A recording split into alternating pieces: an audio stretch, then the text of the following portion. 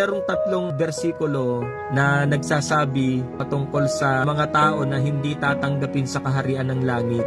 Yung unang bersikulo ay sa Galatia chapter 5 verse 19 to 21. Kaya malinaw na sinasabi doon na ang gumagawa ng gayong mga bagay ay hindi tatanggapin sa kaharian ng langit. Pahayag chapter 21 verse 8.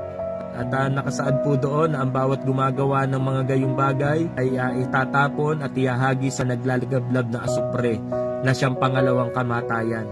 Sa unang Korinto chapter 6 verse 9 to 10, sinasabi rin po doon na ang mga gumagawa ng gayong mga bagay ay walang bahagi sa kaharian ng Diyos. Kung meron mang magdadala sa atin o magiging dahilan para hindi tayo makapasok sa langit, kasalanan.